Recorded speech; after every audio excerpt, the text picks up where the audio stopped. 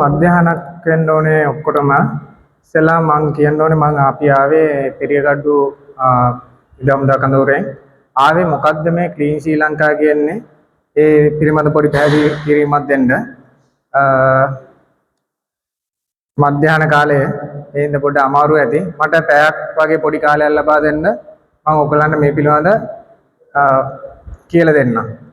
එතකොට මම මෙතනට එව්වේ ආරක්ෂක සේනා මූලස්ථානයේ වන්නි වලින්.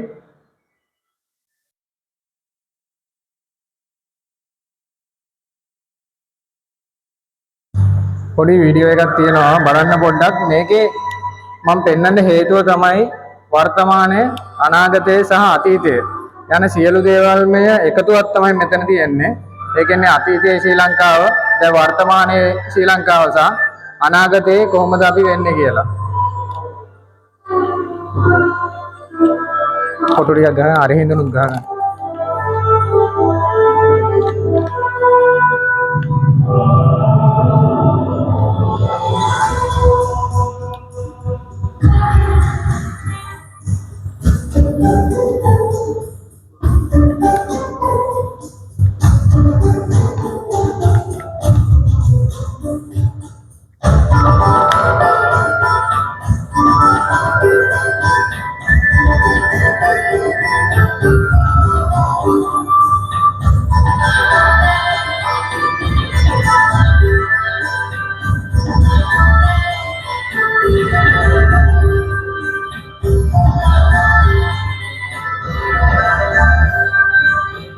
සිංහලෙන් කරාට කමක් නැද්ද ඉංග්‍රීසියෙන් කියනවා. සිංහලෙන් කියන්න.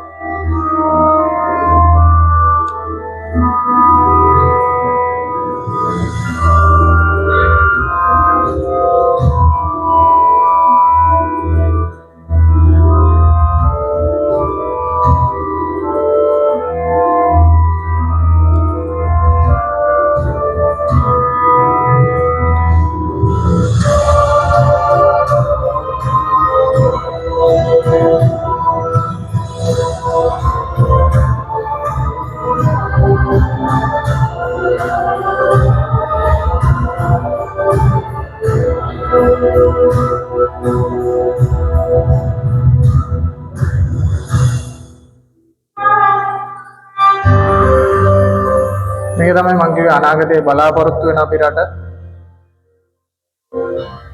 future country we have.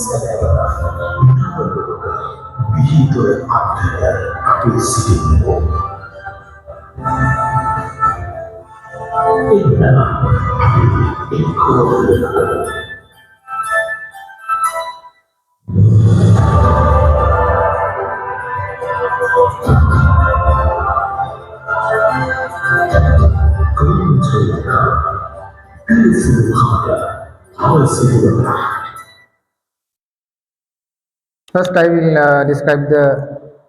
Is it okay, Sinhala or English? Sinhala okay? හරි.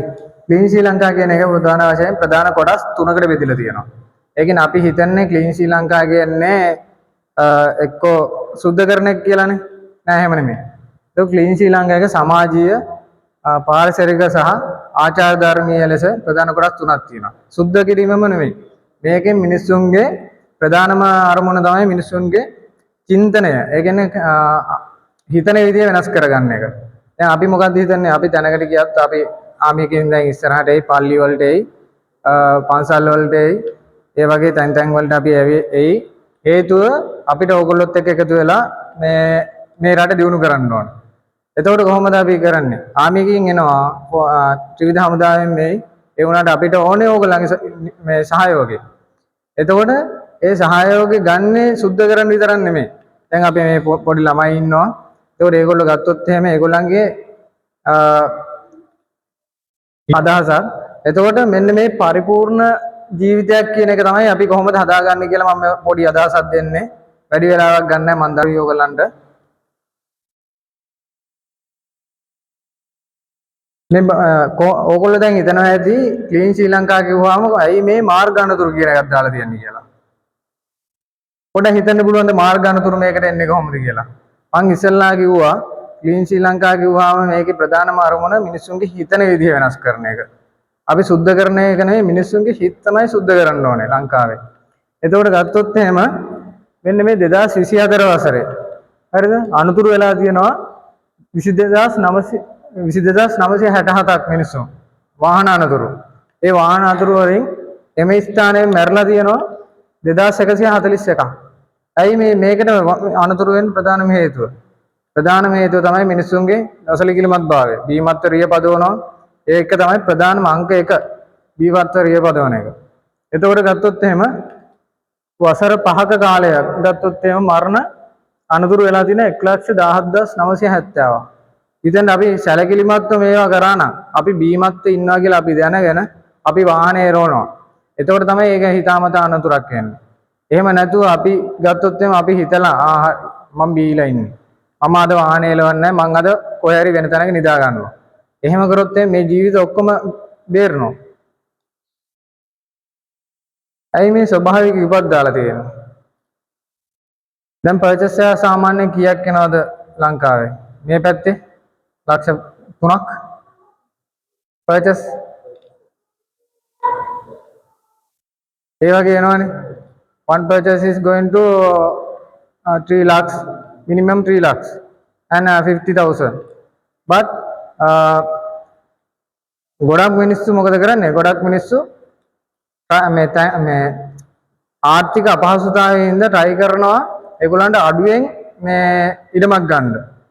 එතකොට මොකද වෙන්නේ? ඒගොල්ලෝ ලොකු කඳු mountain වල තමයි ඒගොල්ලෝ ගෙවල් හදන්නේ. They are planning to build their houses in the mountain. Why? Due to economic crisis. But ඒ උනාට ඒ හේතුව මත තමයි ඒගොල්ලෝ හදන්නේ. ඒගොල්ලෝ දන්නවා ඒක ඩේන්ජරස් කියලා. ඒ ඩේන්ජරස් උනාට ඒගොල්ලෝ ඒ රිස්ක් එක අරගෙන ඒගොල්ලෝ ගේ හදනවා. අන්න ඒකයි. අපි කියන්නේ ඒ දැනත් ඇයි අපි මේ විදිහට යන්නේ. අන්න ඒක තමයි ක්ලීන් ශ්‍රී ලංකා කියන්නේ. අපි හිතන විදිහ අපි වෙනස් කර ගන්න ඕනේ.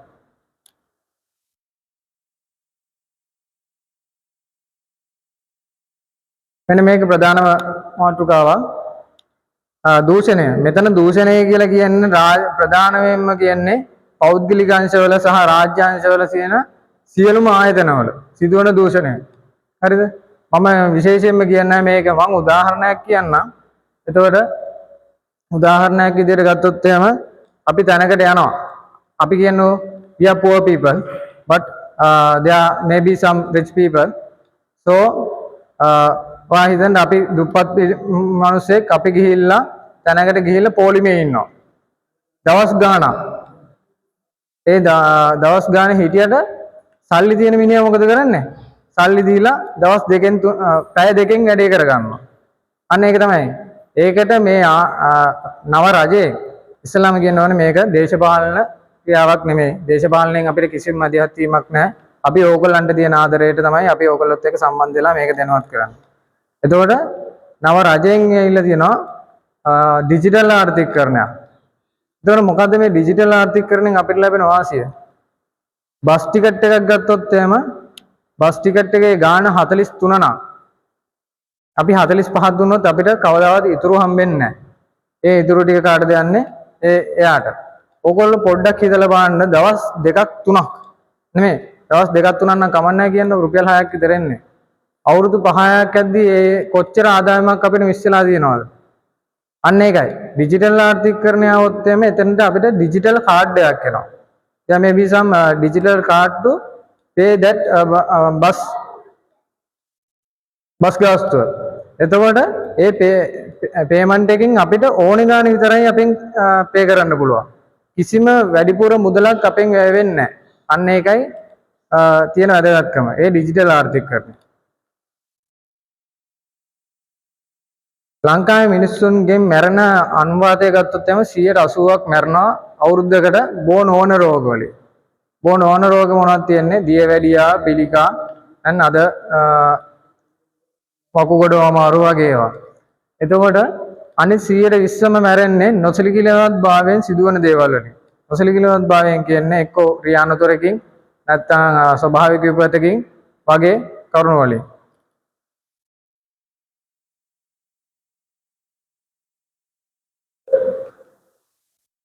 ඊට පස්සේ මේ පොඩි ළමයිනුත් ඉන්නේ හින්දා මම පොඩි වීඩියෝ එකක් පෙන්නන්නම් මේ කට්ටියට වැදගත් වෙයි. මොකද ලංකාවේ අපි ක්ලීන් ශ්‍රී ලංකාව වලට වැදගත් වෙන වීඩියෝ එකක්.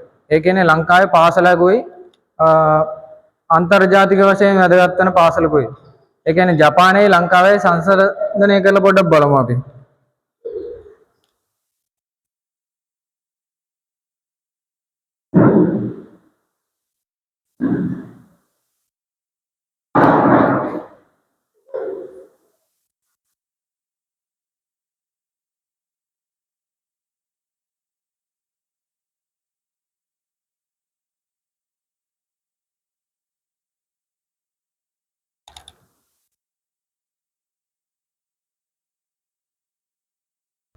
බලන්න ඔබ නිවසින් එළිවහනකොට ඔබේ පාර අයින මේ වගේද? ඊටු හිතන්න පාර අයිනේ මේ වගේ දෙයක් වැටලා තිබුණා. කවුරු හරි ඉතලා මතලා හරි විසි කරලා තිබුණා. ඔබට හිතෙනවද මේක කසල වතුරකට අරන් දාන්න? හිතෙන්නේ නැහැ නේද? එහෙම හිතෙන්නේ නැති තාක්ක හැමදාම පාර අයිනේ මේ විදිහට කොහොමද කරන්නේ? ඊළඟට ඇත්තටම ලස්සන පාඩකතකට යද්දී ඒ ලස්සන නැති වෙන විදිහට ඔබ පුරුදු කරනවා. අනිත් හිතක් වහවන්නේ මනසේ වගේ. දැන් මේ කියන කාරණා දෙකම ඔළුවට ගන්න. පාර වැටලා තියෙන දෙයක් කසල වතුරට දැම්මොත් ඒක දකින්න එක මිනිස්සෙක්ට හරියට පුළුවන් ඒක ඉඳ කරන්නේ. ඒ වගේම තවත් කෙනෙකුට බරක් වෙන්නේ නැතුව තවත් දුක කසල හරි විදිහට වැටලා කරන්න. අපේ රටේ මොකද මේ දේවල් ජපානයේ කරනවා. ඒ අය ඒ රටවල් ලස්සනට තියාගන්නේ ඒ විදිහට. අපි ඒ විදිහට අපේ ආකල්ප වෙනස් කරනවා. ඒ වගේ පොත දේවල් වලට අනුකම්ප කරනවා.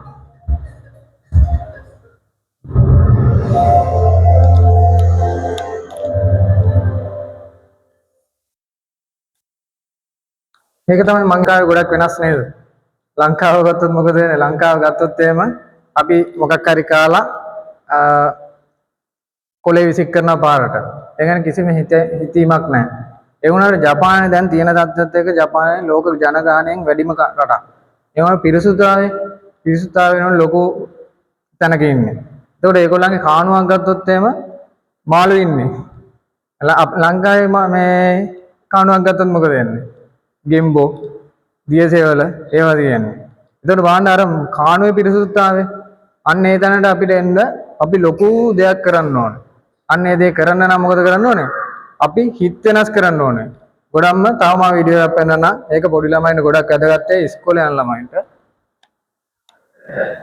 බලන්න මේ ජපානයේ පන්ති කාමරයක්. ඇත්තටම මේ පාසලේ දරුවන්ගේ කැමරා බලන්න ඒගොල්ලන්ගේ වැඩ ආහාර ගන්න වගේ ආහාර ගන්නයින් පස්සේ දත් වැදගත් පිළිසිදු කරගන්න අවතක කරන්නේ නැහැ.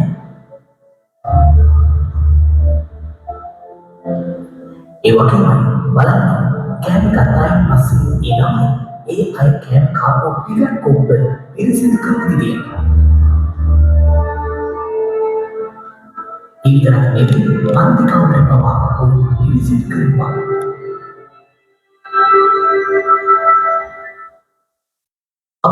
ඔබතුමත් මේ විදිහට කරනවා තමයි.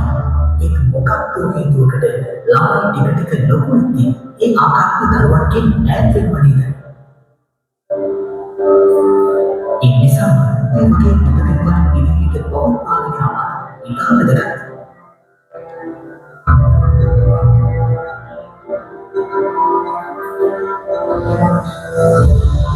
අන්තිකාමනි විතරක් නෙවෙයි තමන්ගේ නිවසේ පටන් ගන්න තමන්ගේ වඩා මුළුමහත් ලෝකයක් පිරිසිදු තබා ගන්න දැනට අපි දරුවන්ගේ ආකාර හදමු. පිරිසිදු රටක් නිර්මාණය කරන්න කුඩා කාලේ ඉඳන් දරුවන්ට කියා දෙමු.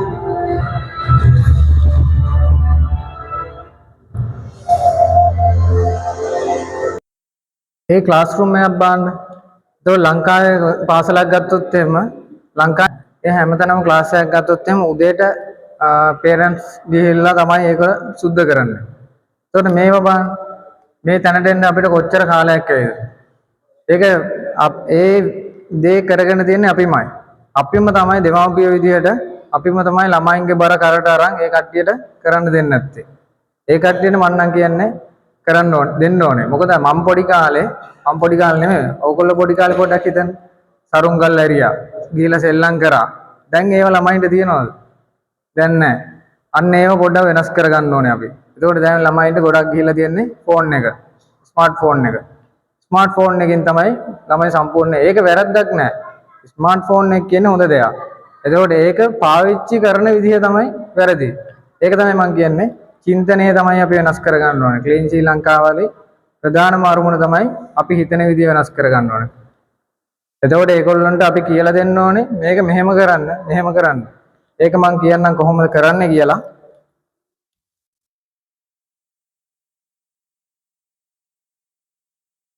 මේකෙන් තමයි අපි වෙනස් කරගන්න ඕනේ. මම ස්ටෙප් වයිස් ඔයගොල්ලන්ට කියන්නම්. පළවෙනි එක තමයි තනි පුද්ගලයෙක් විදියට. Only one person, as a one person, we have to change from our ideas and pattern. එතකොට ඒ කියන්නේ අපිම ඉස්සෙල්ලා මං ගත්තොත් මම වෙනස් වෙන්න ඕනේ knowledge එකෙනුයි ආකල්ප thinking pattern වලින් ඒවෙන් මං වෙනස් වෙන්න ඕනේ. අන්න එතකොට මට පුළුවන් පුතේ ඔයා මේක කරන්න එපා. පුතේ ඔයා මේක කරන්න. මේක වැරදි, මේක හරි. මේ ටික කරන්න කියන්නේ. අන්න ඒකයි ඉස්සෙල්ලාම කරන්න ඕනේ. අපි හැදුනාට පස්සේ අපිට පුළුවන් අන්තර්පුද්ගල. ඒ කියන්නේ අපේ දුවල පුතාලා මිතුරේ සමාජ ජාල හදන්න. අපි හැදුන්නේ නැත්නම් කවදාවත් අපිට හදන්න බෑ. අනිත් කට්ටිය මොකද ඒගොල්ලෝ කියනවා ඵලයන් බයි යන්නේ කියලා. අනිවාර්යෙන් කියනවා.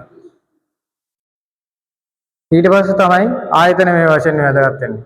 ආයතන ගත්තොත් එහෙම පාසල් ස්ථාන, එතකොට පල්ලි, පන්සල් වගේ ඒවා අපිට උපදෙස් දෙන්න පුළුවන්. අපි හැදිලා ඉන්න ඕනේ. ඒක තමයි ප්‍රධානම එක. ඊට පස්සේ සමාජීය ප්‍රතිපත්ති අපිට ඒව කරන්න බැරි නම් ප්‍රතිපත්ති වශයෙන් නීති රෙගුලාසි වෙනස් කරන්න පුළුවන්.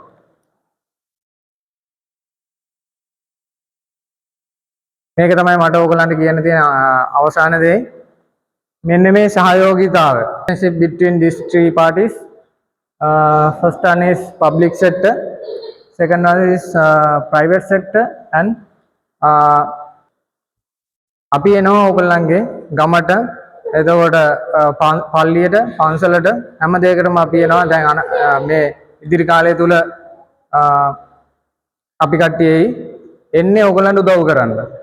ඒ උදව් කරද්දී අපි සමහර විට ළමයින්ට අගෙන පොත්පත් දෙයි නැත්නම් ස්කූල් බෑග් දෙයි. ඒ වගේ අපි මේ කරයි.